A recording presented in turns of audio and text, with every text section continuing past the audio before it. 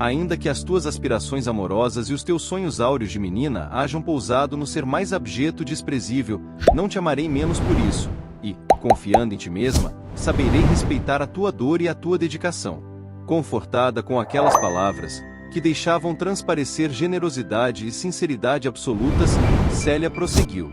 Faz 2 anos que papai nos levou em uma de suas excursões encantadoras pelo lago extenso, na região onde possuímos a nossa casa.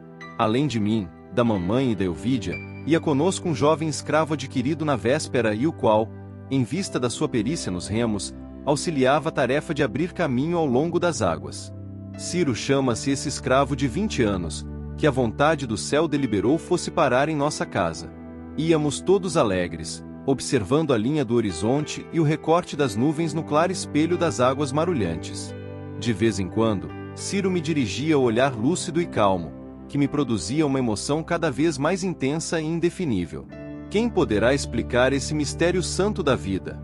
Dentro desse divino segredo do coração, basta, às vezes, um gesto, uma palavra, um olhar, para que o espírito se algeme a outro para sempre. Fez uma pausa na exposição de suas reminiscências, e, observando-lhe a emotividade a desbordar dos olhos úmidos, Cneio Lucius animou-a. Continua, filhinha. Faço questão de ouvir e sentir a tua história toda. Nosso passeio, prosseguiu ela com os olhos da alma mergulhados no painel de suas mais íntimas recordações, corria sereno e sem tropeços, quando, em dado instante, se levantou uma onda larga, impelida pelo vento forte. Um abalo mais violento, justamente no ponto onde me instalara, fez-me cair, absorta nos meus pensamentos, de borco no seio espesso das águas. Ainda ouvi os primeiros gritos de mamãe e da irmãzinha, supondo-me perdida para sempre. Mas, quando me debatia, inutilmente, para vencer o peso enorme que me oprimia o peito, sob a massa líquida, senti que 2 braços vigorosos me arrancavam do fundo lodoso do lago, trazendo-me à tona, mercê de um desesperado e imenso esforço. Era Ciro que me salvara da morte, com seu espírito de sacrifício e lealdade, conquistando com esse ato espontâneo a gratidão sem limites de meu pai, e de todos nós um reconhecimento carinhoso e sincero. No dia imediato, meu pai concedeu-lhe a liberdade, muito comovido pelos sucessos da véspera. No instante da sua emancipação, o jovem liberto beijou-me as mãos com os olhos úmidos, na sua gratidão profunda e sincera, conservando meu pai em nossa casa, como serviçal prestimoso e livre, quase um amigo, se outras fossem as condições do seu nascimento. Ciro, porém, não me conquistou somente gratidão e estima a toda prova, como também o meu afeto da alma, espontâneo e profundo. Em tardes serenas e claras, sob as árvores do pomar, contou-me a sua história singular, cheia de episódios interessantes e comovedores.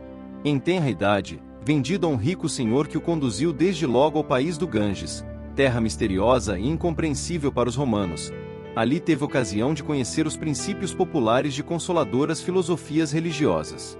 Nessa região do Oriente, cheia de segredos confortadores, ele aprendeu que a alma não tem apenas uma existência, mas vidas numerosas, mediante as quais adquire novas faculdades, purificando-se ao mesmo tempo dos erros passados, em outros corpos, ou redimindo-se das aflições, no doloroso resgate dos crimes ou desvios do seu passado. Todavia, após a aquisição desses conhecimentos, foi levado à Palestina, onde se saturou dos ensinos cristãos, tornando-se adepto fervoroso do Messias de Nazaré. Então, era de ver-se como a sua palavra se impregnava de inspiração divina e luminosa. Apaixonado pelas ideias generosas que trouxera do ambiente religioso da Índia, acerca dos formosos princípios da reencarnação, sabia interpretar com simplicidade e clareza de raciocínio, para mim, muitas passagens evangélicas, algo obscuras para o meu entendimento, qual aquela em que Jesus afirma que ninguém poderá atingir o reino do céu sem nascer de novo.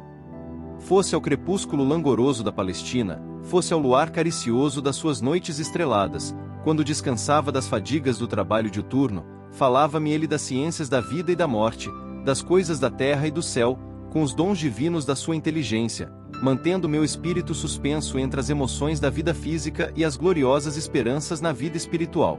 Enlevada pela doce carícia de suas expressões e gestos de ternura, afigurava-se-me ele a alma gêmea do meu destino, reservada por Deus a me estimar e compreender, desde as vidas mais remotas.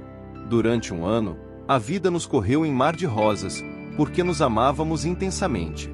Em nossos idílios calmos, falávamos de Jesus e de suas glórias divinas, e quando eu lhe suscitava a possibilidade da nossa união frente a este mundo, Ciro ensinava-me que deveríamos esperar a felicidade no reino do Senhor, alegando que, na terra, não era ainda possível um matrimônio feliz entre um escravo miserável e uma jovem patrícia.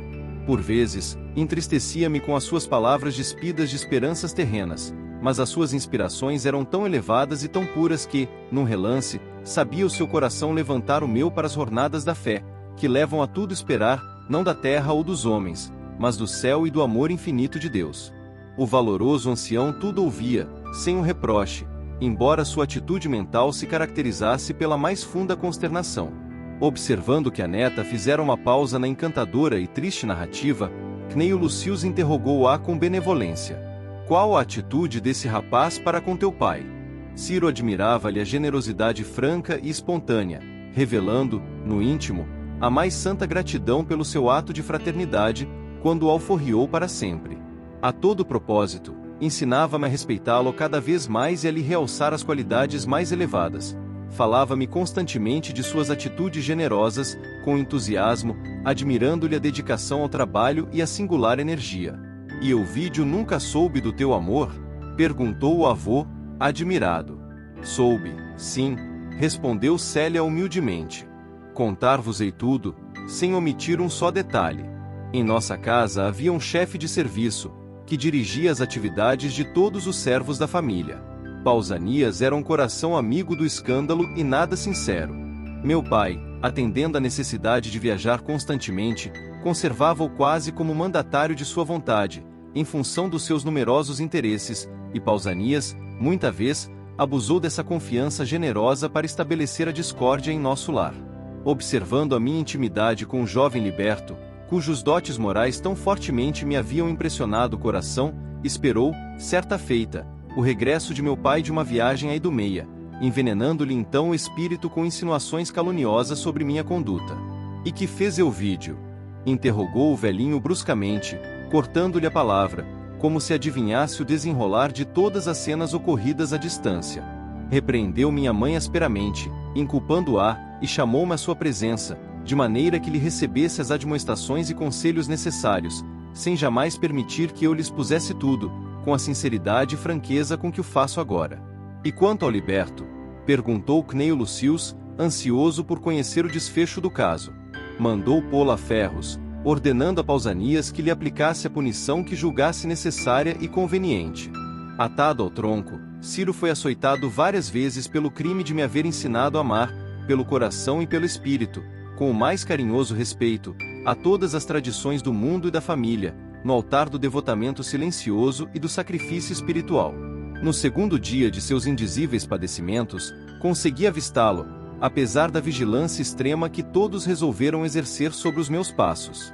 Como nos dias de nossa tranquilidade feliz, Ciro recebeu-me com um sorriso de ventura, acrescentando que eu não deveria alimentar nenhum sentimento de amargor pela decisão de meu pai, considerando que o seu espírito era bom e generoso e que, se não podíamos quebrar preconceitos milenários da terra, também não deveríamos dar guarida a pensamentos de ingratidão. O sofrimento, porém, prosseguia a jovem, enxugando as lágrimas de suas reminiscências, era dilacerante para minha alma. Reconhecendo a situação penosa daquele que polarizava todas as minhas esperanças, cheguei a maldizer sinceramente a minha posição de afortunada. Que me valiam os mimos da família e as prerrogativas do nome que me felicitava, se a alma gêmea do meu destino estava encarcerada em pavorosa noite de sofrimentos. Expus-lhe, então, minha tortura íntima e os meus amargurados pensamentos. Ciro ouviu-me com resignação e brandura, respondendo-me, depois, que ambos tínhamos um modelo, um mestre, que não era deste mundo, e que o Salvador nos guardaria no céu um ninho de ventura, se soubéssemos sofrer com resignação e simplicidade, à maneira dos bem-aventurados de sua palavra sábia e doce. Acrescentou que o Cristo também amara muito e, entretanto, perlustrou os caminhos da incompreensão terrestre, sozinho e abandonado. Se éramos vítimas de um preconceito ou de perseguições, tais sofrimentos deviam ser justos, por certo, dados os desvios do nosso passado espiritual, de eras prístinas, acrescentando que Jesus se sacrificará pela humanidade inteira, embora de coração imaculado como lírio e manso como cordeiro. Que valem nossos sofrimentos comparados aos dele, no alto da cruz da impiedade e da cegueira humanas? Dizia-me valorosamente. Célia, minha querida, levanta os olhos para Jesus e caminha. Quem melhor que nós poderá compreender esse doce mistério do amor pelo sacrifício? Sabemos que os mais felizes não são os que dominam e gozam neste mundo, mas os que compreendem os desígnios divinos, praticando-os na vida, ainda que nos pareçam as criaturas mais desprezíveis e mais desventuradas. Além disso, querida, para os que se amam pelos laços sacrossantos da alma, não existem preconceitos nem obstáculos, no espaço e no tempo. Amar-nos-emos, assim, constantemente, esperando a luz do reino do Senhor. Soa, agora, o penoso instante da separação, mas, aqui ou além, estarás sempre vivo em meu peito, porque hei de amar-te toda a vida, como o verme desprezado que recebeu o suave sorriso de uma estrela. Poderão, acaso, separar-se os que caminham com Jesus através das névoas da existência material? Não prometeu o Mestre o seu reino ditoso a quantos sofressem de olhos voltados para o amor infinito do seu coração? Sejamos conformados e tenhamos coragem. Além destes espinhais, desdobram-se estradas floridas, onde repousaremos um dia, sob a luz do ilimitado. Se sofremos agora, deve haver uma causa justa, oriunda de tenebroso passado, em sucessivas existências terrenas. Mas a vida real não é esta, e sim a que viveremos amanhã, no ilimitado plano da espiritualidade radiosa. Enquanto as suas expressões consoladoras me retemperavam o ânimo combalido, via-lhe o rosto macerado e os cabelos empastados de copioso suor, que me deixavam entrever um sofrimento físico martirizante e infinito. Embora sua palidez extrema, Ciro me sorria e confortava. Sua lição de paciência e fé embalsamou-me o coração, e aquela corajosa serenidade deveria constituir, para mim, precioso incitamento à fortaleza moral, frente às provas. Consolei-o, então, do melhor modo, testemunhando-lhe minha compreensão funda e sincera quanto ao sentido daquelas palavras de bondade e ensinamento. Compreensão que eu guardaria no imo, para sempre.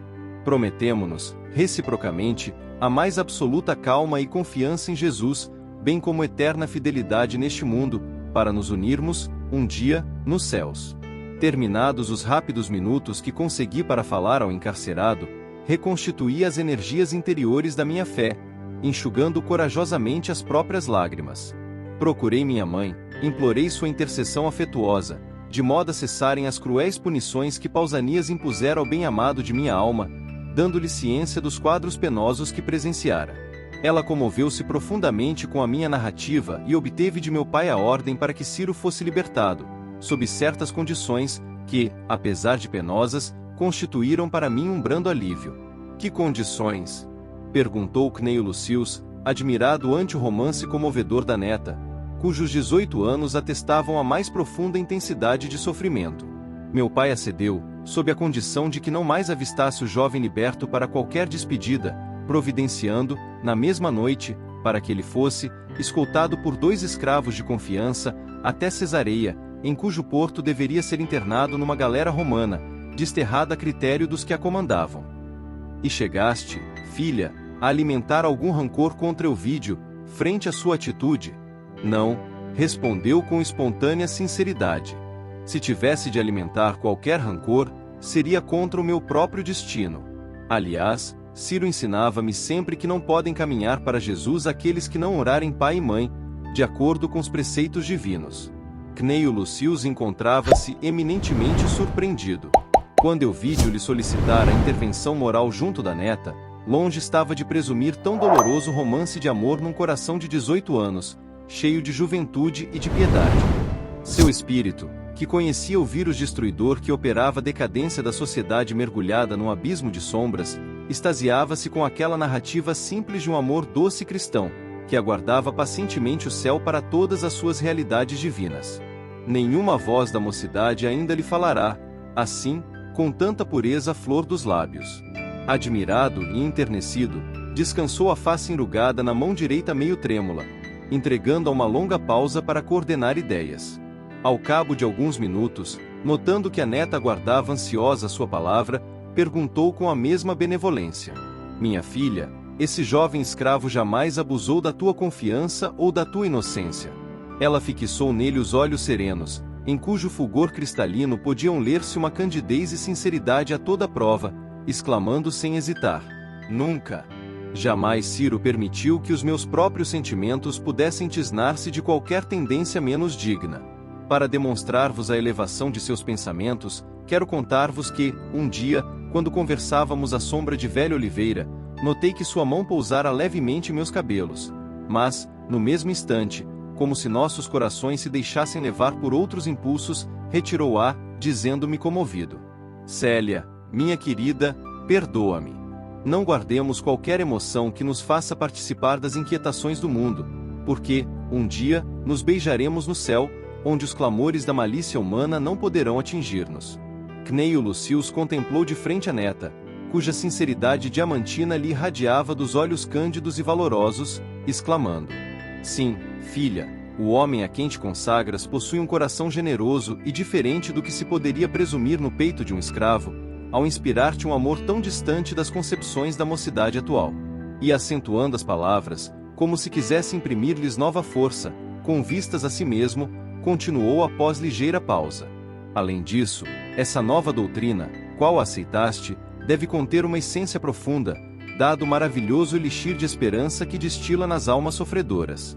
Acredito, agora, que Ovídio não sondou bastante o assunto para conhecer a questão nas suas facetas numerosas. É verdade, avô, respondeu, confortada, como se houvesse encontrado um bálsamo para suas feridas mais íntimas. Meu pai, a princípio, não receava que analisássemos os estudos evangélicos, considerando-os perigosos. Somente depois das intrigas de Pausanias, supus que as doutrinas do Cristo me houvessem acarretado qualquer deficiência mental, em virtude da minha inclinação pelo jovem liberto. Sim, teu pai não poderia entender um sentimento dessa natureza, no teu espírito de moça afortunada. Mas, ouve, já que me falaste com uma ponderação que não admite reprovações ou corretivos. Quais são as tuas perspectivas de futuro? Sobre tua irmã, teus pais já me falaram dos planos assentados. Daqui a alguns meses, depois de completar sua educação, na atualidade romana, Euvídia esposará Caio Fabricius, cuja afeição a conduzirá a um dos postos de maior relevo social, de acordo com os nossos méritos familiares. Mas, a teu respeito, perseverarás, porventura, nesses sentimentos? Meu avô respondeu com humildade. Caio Fabricius, com os seus 35 anos maturados, cheio de delicadeza e generosidade, há de fazer a ventura de minha irmã, que bem o merece. Perante Deus, Euvídia fez jus às sagradas alegrias da constituição de um lar e de uma família. Junto do seu coração pulsará um outro, que lhe enfeitará a existência de mimos e ternuras. Quanto a mim, pressinto que não obterei a felicidade como a sonhamos nesta vida. Desde a infância, tenho sido triste e amiga da meditação, como se a misericórdia de Jesus estivesse a preparar-me, em todos os ensejos, para não faltar aos meus deveres espirituais no instante oportuno. E, fixando no ancião o olhar percussiente e calmo, prosseguiu: Sinto pesar-me no coração muitos séculos de angústia. Devo ser um espírito muito culpado, que vem a este mundo de maneira a remir-se de passados tenebrosos. Desde a Palestina, minhas noites estão povoadas de sonhos estranhos e comovedores, nos quais ouço vozes carinhosas que me exortam à submissão e ao sacrifício. Acusada de cristã no seio da família, sinto que todos os meus carinhos ficam sem retribuição e todas as minhas palavras afetuosas morrem sem eco. Dou-me, porém, por imensamente venturosa, em acreditar que o vosso coração vibra com o meu, compreendendo-me as intenções e os pensamentos. Como se lobrigasse melancolicamente o caminho de sombras do porvir, desdobrado ante seus olhos espirituais, Célia continuou a falar para o coração enternecido do velho avô, que a idolatrava. Sim. Nos meus sonhos proféticos, tenho visto uma cruz a que me devo abraçar, com resignação e humildade. Experimento no coração um peso enorme, avôzinho. Por vezes inúmeras, vislumbro à minha frente quadros penosos, que devem radicar nas minhas existências pregressas. Pressinto que nasci neste mundo para resgatar e redimir-me. Quando oro e medito, chegam-me ao raciocínio as ponderações da alma ansiosa. Não devo aguardar primaveras risonhas nem flores de ilusão, que me fariam esquecer a via dolorosa do espírito, destinado à redenção. Mas, sim, invernias de dor e provas ríspidas, em dias de lutas ásperas, que me hão de reconduzir a Jesus, com a divina claridade da experiência. Cneio Lucius tinha os olhos molhados de lágrimas, ante as palavras comovedoras da neta, que, desde criança, lhe conquistara adoração. Filha, exclamou com bondade, não posso compreender tamanho desalento num coração da tua idade. O nome de nossa família não permitirá tal abandono de ti mesma. Entretanto, caro avô, não desdenharei a realidade dolorosa do sacrifício, sabendo, de antemão, que a sua taça me está reservada. E nada esperas da terra no que se refere à possível felicidade neste mundo. A felicidade não pode estar onde a colocamos, com a nossa cegueira terrestre, mas no compreendermos a vontade divina, que saberá localizar a ventura para nós, como e quando oportuna. Não temos uma só vida. Teremos muitas. O segredo da alegria reside em nossa realização para Deus, através do infinito.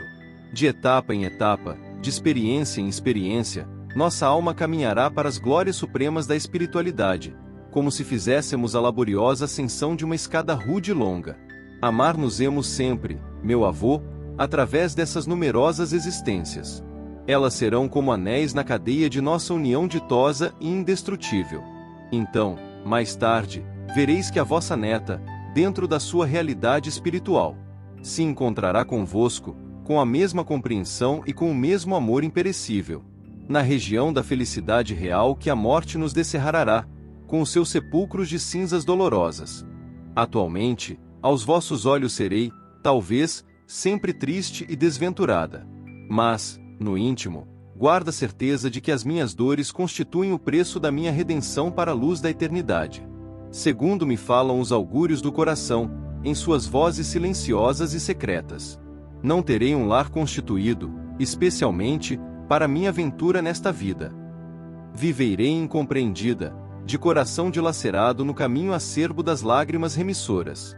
O sacrifício, porém, será suave, porque, na sua exaltação, sinto que encontrarei a estrada luminosa para o reino da verdade e do amor, que Jesus prometeu a todos os corações que confiassem no seu nome e na sua misericórdia bendita. Os olhos de Célia elevaram-se para o alto, como se o espírito aguardasse, ali mesmo, junto do velho avô, as graças divinas vislumbradas pela sua crença cheia de luminosidade e de esperança. Cneio Lucius, todavia, aconchegou-a de mansinho ao coração, como se o fizesse a uma criança, falando-lhe com acentuada ternura. Filhinha, estás cansada. Não te justifiques por mais tempo.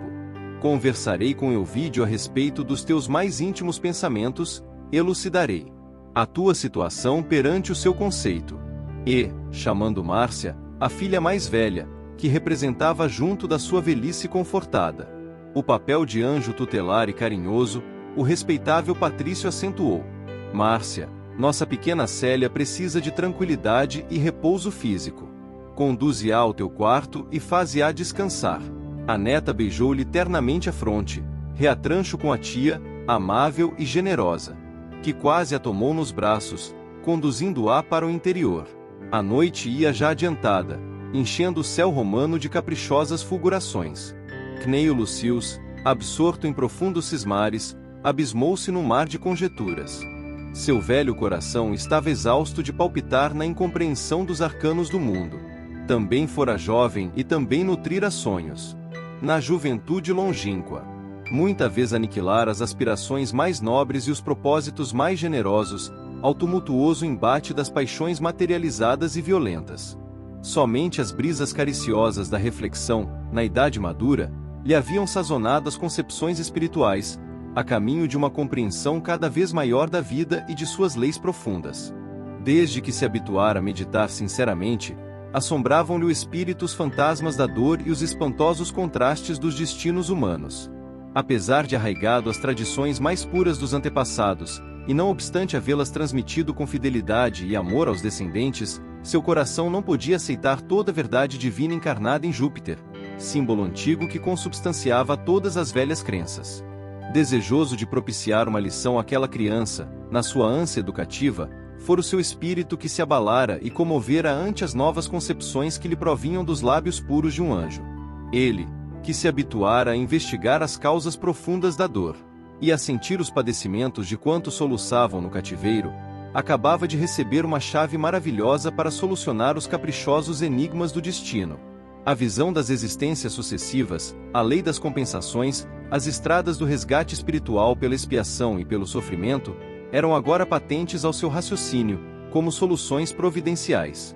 Sua cultura dos autores gregos fazia-lhe sentir que o assunto não lhe era totalmente estranho.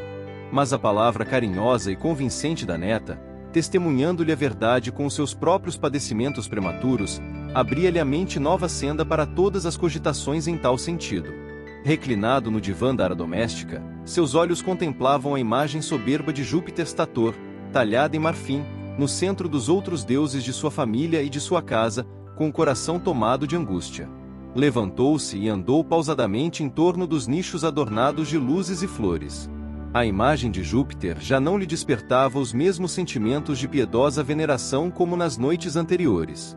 Ante as revelações suaves e profundas de Célia, experimentava no íntimo a amargurosa suspeita de que todos os deuses dos seus ascendentes respeitáveis estavam rolando dos altares, confundindo-se no torvelinho de desilusões das velhas crenças.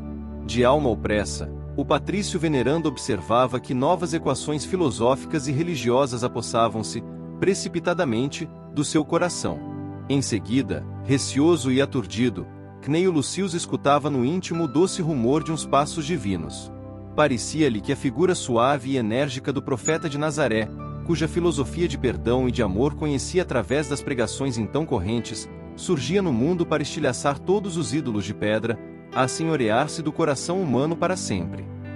O respeitável ancião, se era amigo da verdade, não o era menos do sagrado depósito das tradições austeras. No compartimento consagrado às divindades do lar, sentiu que o ambiente lhe asfixiava o coração e o raciocínio. Instintivamente, abriu uma das amplas janelas mais próximas, por onde o ar da noite penetrou em rajadas, refrescando-lhe a fronte atormentada. Debruçou-se para contemplar a cidade quase adormecida. Sua conversa com a neta pareceu-lhe haver durado um tempo indefinido, tão grande fora o efeito das suas asserções profundas e empolgantes. De olhos úmidos, contemplou o curso do Tibre em toda a paisagem que o olhar abrangia, descansando o pensamento abatido nos efeitos de luz que a claridade lunar operava caprichosamente sobre as águas. Por quantas horas contemplou as constelações fulgurantes, sondando os mistérios divinos do firmamento. Somente muito depois, aos albores da madrugada, a voz cariciosa de Márcia veio despertá-lo de suas cogitações graves e intensas, convidando-o a recolher-se. Cneio Lucius dirigiu-se, então, para o quarto, a passos vagarosos. A fronte vincada de angústia, olhos fundos e tristes, como alguém que houvesse chorado amargamente.